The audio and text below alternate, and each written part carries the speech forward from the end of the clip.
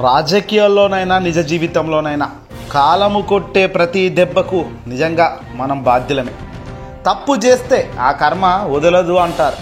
తప్పు చేస్తే ఖచ్చితంగా ఏదో ఒక రోజు శిక్ష అనుభవించక మానరాదు అంటారు. ఈరోజు విజయం వస్తుందేమో గాక, రేపు అపవిజయం వస్తుందేమో గాక. పరిస్థితులు, ప్రభావం, కాలం ఎప్పుడు ఎవరిని ఎక్కడ నిలబెడుతుందో చెప్పలేము. నిన్న మొన్నటి దాకా ఆంధ్రప్రదేశ్ ముఖ్యమంత్రిగా ఉన్న వైఎస్ జగన్మోహన్ రెడ్డి గారు ఈరోజు కనీసం ప్రతిపక్ష హోదా కూడా లేకుండా నిలబడే స్థాయిలో నిలబడ్డారు. కానీ ప్రజాదరణ లేదా, నిజంగా ఆ స్థాయిలో తన పరిపాలన ఉందా అంటే మాత్రం నిజంగా ఎవరు కూడా గట్టిగా లేదు అని చెప్పే ప్రయత్నం కానీ, నిజంగా బాలేదు అని ఒప్పుకునే సాహసం కానీ ఏ ఒక్కరు చేసే పరిస్థితి కనిపించడం లేదు. ఇన్ఫ్యాక్ట్ అందరూ కూడా జగన్ మంచి చేశాడు, కానీ ఎక్కడో ప్రచారం వల్ల హోరెత్తించిన ఫలితాలు వచ్చాయి, ప్రచారాల తారుమారయ్యాయని కొందరు అంటుంటే, రాజకీయ అనుభవజ్ఞులైతే ఏదో ఎక్కడో తేడా జరిగింది, మొత్తం మీద జరగాల్సిన నష్టం జరిగింది అని కూడా చాలామంది గతం నుంచి రిజల్ట్స్ ఎప్పుడైతే వచ్చాయో అప్పటి నుంచి చెప్తున్నారు. ఇక ఒక్క ఎన్నికల్లో గెలిచాము, పార్టీ అధికారంలోకి వచ్చింది, బాగానే ఉంది. కానీ నిజంగా ప్రతి అడుగులో ప్రజాదరణ మీకు ఉంటే, ప్రతి అడుగులో ప్రజలు మీరే కావాలని కోరుకుంటే, ఎందుకు మరి ఈ స్థాయిలో విశాఖ స్థానిక సంస్థల ఎన్నికల్లో వెనకడుగు వేసే పరిస్థితి వచ్చింది? తాజాగా ఎట్టకేలకు చంద్రబాబు నాయుడు గారు తన 40 ఏళ్ల రాజకీయ చరిత్రను రంగరించి మరీ యుద్ధం చేసే కార్యక్రమాలకు శ్రీకారం చుట్టినప్పటికీ చివరిగా విశాఖపట్నానికి సంబంధించిన స్థానిక సంస్థల ఎన్నికల్లో అభ్యర్థిని నిలబెట్టే సాహసం, ధైర్యం చేయలేక తొలిసారి చంద్రబాబు ఇలా వెనకడుగు వేశారు. నిజంగా చంద్రబాబు నైజాం వెనకడుగు వేసే నైజామా అంటే ఖచ్చితంగా కాదు అని చెప్పేవాళ్ళు. ఇలాంటి సందర్భంలో కానీ, ఎలాంటి సందర్భంలోనైనా కానీ చంద్రబాబు ఎప్పుడు కూడా వెనకడుగు వెయ్యరు. అయితే వాడిని కొనేస్తాడు, లేదంటే డబ్బులు ఇచ్చి ప్రలోభాలకు గురి చేసి అల్టిమేట్గా తన విజయం ఎక్కడి దాకా వస్తే అక్కడ దాకా తాను ఆడదారులు దొక్కుకుంటూ పోతారు. పిల్లనిచ్చిన మామకి వెన్నుపోటు పొడిచి ఏకంగా పార్టీని లాక్కున్నాడు, పార్టీని మోసం చేసి తెలుగుదేశం పార్టీని తన వశం చేసుకున్నాడు అని గట్టి ఆరోపణలు వస్తుంటాయి ఇప్పటికీ చంద్రబాబు మీద. అంటే చంద్రబాబు తనకు కావాల్సింది తను కోరుకుంటే ఖచ్చితంగా అది ఎంత దాకైనా, ఎన్ని అడ్డదారులైనా తొక్కి సాధిస్తారు అన్న ఘనత చాలామంది చాలాసార్లు చెప్తున్నారు, ఉమ్మడి రాష్ట్రంలో నుంచి కూడా ప్రస్తుతం వరకు. కానీ ఇక్కడ చంద్రబాబు నాయుడు గారు విశాఖ స్థానిక సంస్థల ఎమ్మెల్సీ ఉప ఎన్నికల్లో బరిలో దింపేందుకు మొదట యుద్ధం చేశాడు. వైసీపీకి బలం ఉంది, మనకు బలం లేదు కాబట్టి ఖచ్చితంగా ఓటమి చెందుతాం, అభ్యర్థిని నిలబెడితే మాత్రం పూర్తిగా దారుణం అవుతుంది, ధర్మం వైపు నిలబడ్డట్టు కాదు. నిజంగా ఇక్కడ వైసీపీ పార్టీకి సంబంధించిన సీఎంగా జగనే ఉండి ఉంటే, ఈ పరిస్థితే ఉండి ఉంటే నిజంగా నేనైతే ఇలా అభ్యర్థిని నిలబెట్టేవాడినే కాదు అని జగన్ చెప్పాడు. ఇక ఆ తర్వాత తెలుగుదేశం పార్టీకి సంబంధించిన అభ్యర్థుల కసరత్తు అంటూ కూడా హడావుడి వచ్చింది, నానా హడావుడి.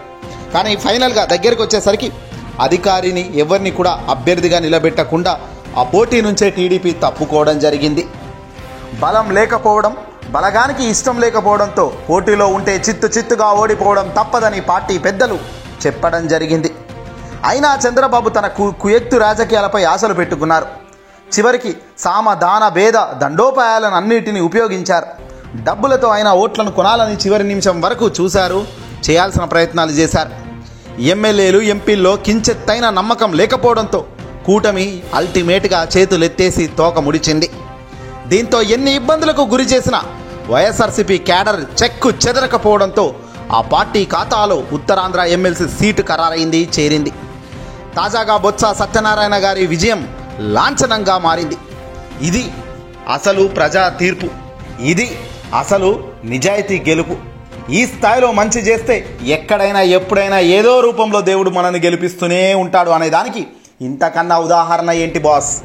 ఇదే కాదు, రాబోయే ఏ స్థానిక సంస్థ లోకల్ ఎన్నికలైనా, గ్రామ ఎన్నికలైనా, మున్సిపాలిటీ ఎన్నికలైనా, ప్రతి చైర్మన్ పదవికైనా ఖచ్చితంగా వైసీపీ ఇంతే బలంగా పోరాడుతుందని, ఇంతే బలంగా వైసీపీ ప్రతి అడుగులో అది చిన్న పోస్టా పెద్ద పోస్టా, చిన్న ఎన్నిక పెద్ద ఎన్నిక అన్నది కాదని, ప్రజల్లో ప్రతి ఎన్నికల్లో గెలిచేది జగన్ ప్రభుత్వంకి సంబంధించిన వ్యక్తులే, జగన్కి సంబంధించిన పార్టీకి సంబంధించిన నేతలే అంటూ ఇప్పుడు వైసీపీ జోష్ అందుకుంది. ఏదైనా ఒక పార్టీ పని అయిపోయింది అనుకోవడానికి ఈ వీలు లేదు. అలా అనుకుంటే చంద్రబాబు నాయుడు గారు 23 సీట్లకు పడిపోయినప్పుడు ఏ ఎన్నికల్లో తెలుగుదేశం పార్టీ గెలిచిన దాఖలకు పోలేదు. ఏ ఎన్నికల్లో కనీసం వైసీపీకి ధీటుగా నిలబడ్డ పరిస్థితులు లేవు ఆనాడు చంద్రబాబు నాయుడు గారు అధికారంలో లేకపోయినప్పటికీ కూడా. కానీ ఇప్పుడు జగన్ అధికారంలో లేకపోయినప్పటికీ జగన్కు రాజ్యసభలో గట్టి పట్టే ఉంది. 11 మంది రాజ్యసభ ఎంపీలు అక్కడ ఉండడం వల్ల కేంద్రంలో ఏ బిల్ పాస్ కావాలన్నా తప్పనిసరిగా వైసీపీ మద్దతు కోరే ఆస్కారం కేంద్రం వద్ద ఎన్డీఏ ప్రభుత్వంలో ఉంది. ఇప్పుడు ఇక్కడ రాష్ట్ర వ్యాప్తంగా కూడా ప్రతి ఎన్నికల్లో వైసీపీకి గట్టి పోటీ ఇచ్చేందుకు బలంగా వాళ్ళను తయారు చేస్తూ ఎలాంటి ప్రలోభాలకు గురి కాకుండా జగన్ వాళ్ళను కాపాడుకుంటూ ముందుకెళ్లే సత్తా కూడా తనలో ఉంది.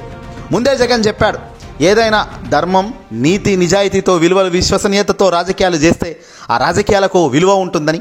కానీ తోకముడిసి డబ్బులకు లొంగితే గనక, ప్రలోభాలకు గురవుతే గనక రాజకీయాల్లో మన క్యారెక్టర్ మనమే దిగజార్చుకునే స్థాయికి పోయినట్టు అవుతుందని. అలా మన క్యారెక్టర్ మనమే దిగజార్చుకునే స్థాయికి మనం పోయినప్పుడు ఇంట్లో ఉన్న వాళ్ళు కూడా మనకు విలువనిచ్చే పరిస్థితి ఉండదు అని జగన్ పదే పదే చెబుతుంటారు. జగన్ చెప్పే ప్రతి మాట ఇక్కడ కార్యకర్తలు కానీ, ఇక్కడ మున్సిపాలిటీకి సంబంధించిన ఈ కార్పొరేటర్లు కానీ వీళ్ళందరూ కూడా పాటించారు. జగన్ చెప్పిన విధంగా బొత్స సత్యనారాయణ గారిని ఎప్పుడైతే అభ్యర్థిగా నిలబెట్టారో అప్పుడే విజయం లాంఛనంగా మారింది. ఇంకా ఫలితాలు మాత్రమే ఇక తెలియాల్సిన పరిస్థితి ఉంది. వాస్తవానికి ఎలాగైనా ఎవరినో ఒకరిని పోటీలోకి నిలపాలని కొద్ది రోజులుగా ముఖ్యమంత్రిగా చంద్రబాబు నాయుడు గారు భావిస్తూ వచ్చారు. స్థానిక సంస్థల్లో అధికార పక్షానికి బలం లేకపోవడం, వైసీపీ పూర్తి మెజార్టీ ఉండడంతో టీడీపీ అభ్యర్థిగా బరిలో నిలిచేందుకు ఎవరూ ధైర్యం చేయలేదు. టీడీపీ మాజీ ఎమ్మెల్యే గండి బాబ్జీ, పిల్లా గోవిందులలో ఎవరో ఒకరిని పోటీ చేయించాలని ముందుగా చంద్రబాబు అనుకున్నాడు. కానీ గెలిచేందుకు ఏమాత్రం అవకాశం లేకపోవడంపై, పైగా బలం కూడా ప్రత్యర్థి బొత్సాపై నిలబడేంత ధైర్యం వాళ్ళు చేయలేకపోయారు. దీంతో దిలీప్ చక్రవర్తిని అభ్యర్థిగా నిలిపేందుకు ప్రయత్నించారు. ఇటీవల జరిగిన ఎన్నికల్లో దిలీప్ చక్రవర్తి అనకాపల్లి టికెట్ ఆశించారు. ఆ సీటు పొత్తుల్లో భాగంగా బీజేపీకి కేటాయించడంతో అతనికి ఆశాభంగమైంది. ఇప్పుడు ఎమ్మెల్సీ ఆశ పెట్టి అతన్ని బరిలో దించాలని విశాఖ జిల్లా టీడీపీ నేతలు చంద్రబాబుకు ప్రతిపాదించారు. పార్టీలో అన్నీ తానై వ్యవహరిస్తున్న నారా లోకేష్ కూడా ఈయన పేరును తెరపైకి తేవడం దారుణం. గెలిచే అవకాశం లేని ఎమ్మెల్సీ సీటుకు పోటీ చేసేందుకు ఆయన కూడా ముందుకు రాకపోవడం అంతకన్నా దారుణం మరొకటి లేదు. దీంతోనే చంద్రబాబు ఇక చేతులు ఎత్తేసే కార్యక్రమానికి శ్రీకారం చుట్టారు. ఓటమి భయంతోనే వెనకడుగు వేశారు. మొదటనే ప్రభుత్వం మీది వచ్చి ఆ స్థాయిలో భారీగా గెలిచామని చెప్పుకునే మీరే ఓటమి భయంతో ఈరోజు వెనకడుగు వేశారంటేనే మీ పతనం ఏ రేంజ్లో ప్రారంభమవుతుందో చూడండి అంటున్నారు. ఎమ్మెల్సీ ఎన్నికల్లో పోటీ చేయాలని ముందు నుంచి భావించిన టీడీపీ అల్టిమేట్గా చివరి నిమిషంలో తప్పుకోవడం వెనుక బలమైన కారణమే ఉంది. విశాఖ స్థానిక సంస్థల్లో సంపూర్ణ మెజారిటీ ఉన్న వైసీపీ ఎదుర్కొని ఎన్నికల్లో టీడీపీ కూటమి గెలవడం అన్నది అస్సలు సాధ్యమయ్యే విషయమే కాదు. కూటమి ప్రభుత్వం ఏర్పాటైన తర్వాత జరుగుతున్న తొలి ఎన్నికల్లో కాబట్టి చాలా ప్రతిష్టాత్మకంగా, చాలా సీరియస్గా ముందుకు తీసుకెళ్ళింది వైసీపీ దీన్ని. తొలి ఎన్నికల్లోనే ఓటమికి గురవుతే అది జగన్కు చాలా ప్లస్ అవుతుందని. ఇటీవల తెలంగాణలో కూడా స్థానిక సంస్థల ఎమ్మెల్సీ ఎన్నికల్లో ఇదే జరిగింది. అక్కడ మహబూబ్ నగర్ స్థానిక సంస్థల ఎమ్మెల్సీ ఎన్నికల్లో అధికార కాంగ్రెస్ పార్టీ పరాజయం పాలైంది. దీంతో స్థానిక సంస్థల్లో పూర్తి మెజార్టీ ఉన్న వైఎస్ఆర్సీపీ తట్టుకొని నిలబడ్డం టీడీపీకి పెను సవాల్గా మారే పరిస్థితి ఉంది. ఇలాంటి టైంలో రిస్క్ చేసి ప్రజల్లో తప్పుడు సంకేతాలను పోయేటట్టు చేయడం వేస్ట్ అని, ఇది అదే రుజువైతే గనక మనకు ఇమేజ్ డ్యామేజ్ అవుతుందన్న భయంతో వెనకడుగు వేశారు. మరోవైపు సిట్టింగ్ స్థానాన్ని కాపాడుకునేందుకు వైసీపీ సవాల్గా తీసుకుంది. జగన్ ముందు నుంచి కూడా ఒక పద్ధతి, వ్యూహాత్మకంగా దీన్ని ముందుకు తీసుకెళ్లారు. మాజీ మంత్రి, సీనియర్ నేత బొత్స సత్యనారాయణను బరిలోకి దించారు. విశాఖ ఎమ్మెల్సీ ఎన్నికల్లో బొత్సతో పాటు మరో స్వతంత్ర అభ్యర్థి షఫీ ఉల్లా కూడా నామినేషన్ వేశారు.